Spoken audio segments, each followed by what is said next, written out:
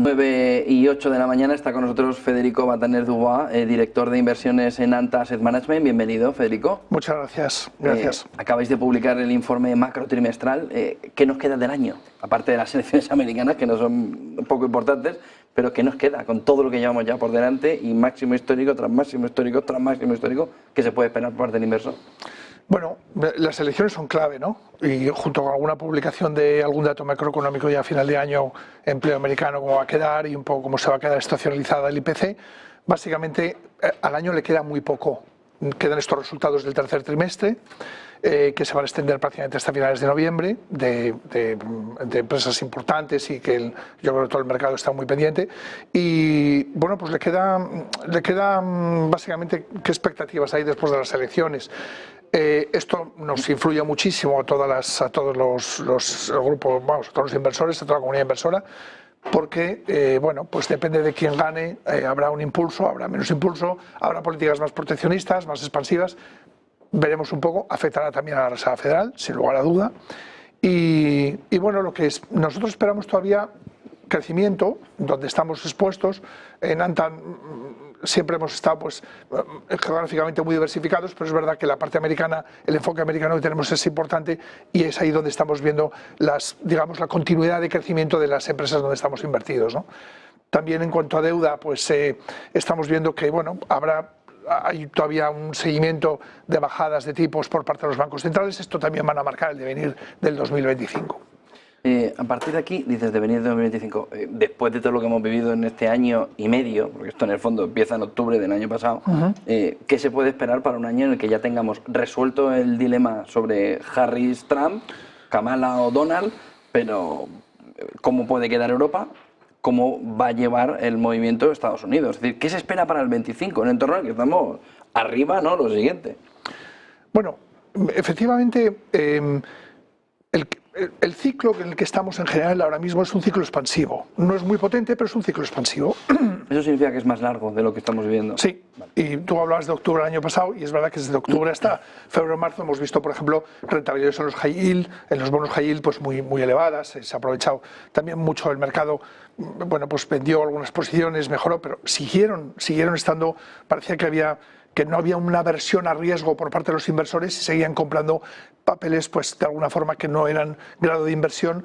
Y bueno, hablo primero de los tipos de interés porque según esté la estructura financiera y según veamos las curvas, cómo se posicionan, depende del resto de renta variable, ¿no? Es decir, para nosotros es muy importante analizar la parte de renta fija y ver cómo está enclavada la macro, ¿sabes? Haciendo un análisis. ¿Te refieres, para que yo interprete, a que si sigue ese 10 años americano por encima del 4% o fuertemente por encima del 4%, claro, a ver qué hacemos para batir ese 4% en los próximos 10 años? Entre otras cosas porque las empresas, cuando pagan dividendo y generan flujos de caja, digamos que hay un retorno sobre lo que hacen, sobre el capital que ellos invierten, tendrían que batir ese 4, tendrían que batir un poco ese nivel de estructura de tipos para decir que lo que están haciendo lo están haciendo bien, que las inversiones que crecen, que sus márgenes operativos son buenos, y ahí es donde nosotros fijamos, pero claro, si ese nivel de exigencia es muy alto, las empresas para sus resultados van a ser igual de alto.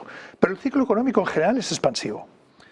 Es verdad que en Europa es un poco más pírrico, se encuentra un poco más situado, en China en concreto también es un poco más bajo de lo esperado, incluso además vemos cambios muy importantes en esa economía hacia bueno, pues sectores ya más de consumo y servicios y entonces bueno, vemos que India por otro lado también está tomando un poco el relevo de China. Es decir, el juego general o la visión general de los mercados nos muestra un ciclo expansivo con cautela, con inflación moderada, pero que se puede también un poco por los riesgos geopolíticos o por los riesgos de cambios de actores entre China e India que pueden elevar, por son exportadores de materias primas y podrían elevar los tipos de interés y eso afectaría un poco a las economías, ¿no? A partir de ahí, elecciones, impacto sobre todo en Europa. Si gana Trump, Trump ha dicho en los últimos días, nos tratan mal, ¿no? En ese show Trump, ¿no? Pero en el caso de que gane Trump, que ahora mismo las encuestas están diciendo gana Trump, en ese entorno, ¿cómo va a ser la afección a Europa? Porque el golpe, Goldman, por ejemplo, yo sacaba un informe esta mañana que publicaban ellos ayer que decía, en el peor de los escenarios, aranceles, beneficio por acción, en el peor de los escenarios, caída del 6%. Es decir, que una parte de inversor puede decir, uy, si llega Trump, me quedo con todo el dinero en Estados Unidos, pero ¿sería lo correcto? Bueno, el Partido Republicano es proteccionista y lo primero que va a defender es su economía, sus empresas, y esto está claro que va a afectar a Europa y a otras muchas economías, especialmente a las emergentes. Digamos que entre los actores sensibles que tenemos en esta situación, que gana el candidato presidencial Donald Trump, pues hombre, la banca europea se vería un poco afectada. Yo creo que el escenario de tipo sería muy distinto.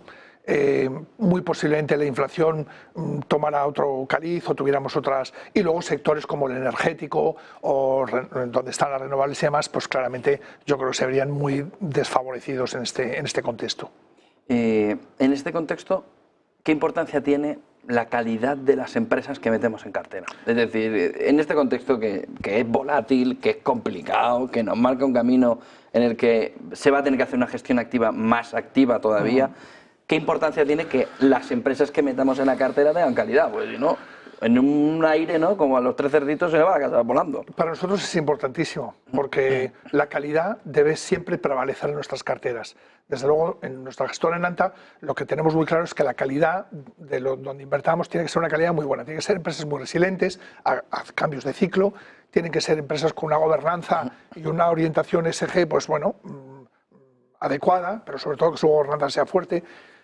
Financieramente tienen que darnos flujos de caja consistentes, que nosotros veamos que esa capacidad de generación de caja existe, son fuertes, y yo creo que fundamentalmente la innovación tecnológica en estas compañías tienen que ser también pues, de primer orden, es decir, tienen que ser compañías que, bueno, pues de alguna forma... No tecnologías medias, sí, no, sino tecnologías disruptivas. Claro, tecnologías disruptivas.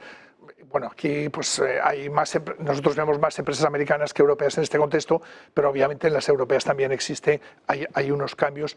Europa está en un cambio trascendental. Después de las elecciones yo creo que tenemos que volver un poco a redefinir un poco nuestro marco jurídico, nuestro rol en la economía mundial, y esto es importante. Y también dependerá, por supuesto, de quién gane las elecciones americanas. Muchísimas gracias, Federico Bataner-Dubois, director de inversiones en Anta Asset Management. Gracias por traernos este informe macro trimestral y la visión de 2025. Buen día y buen negocio. Muchas gracias, buen día, muchas gracias. Buen negocio también es el que va a intentar hacer Modi. Están viendo ahí en imagen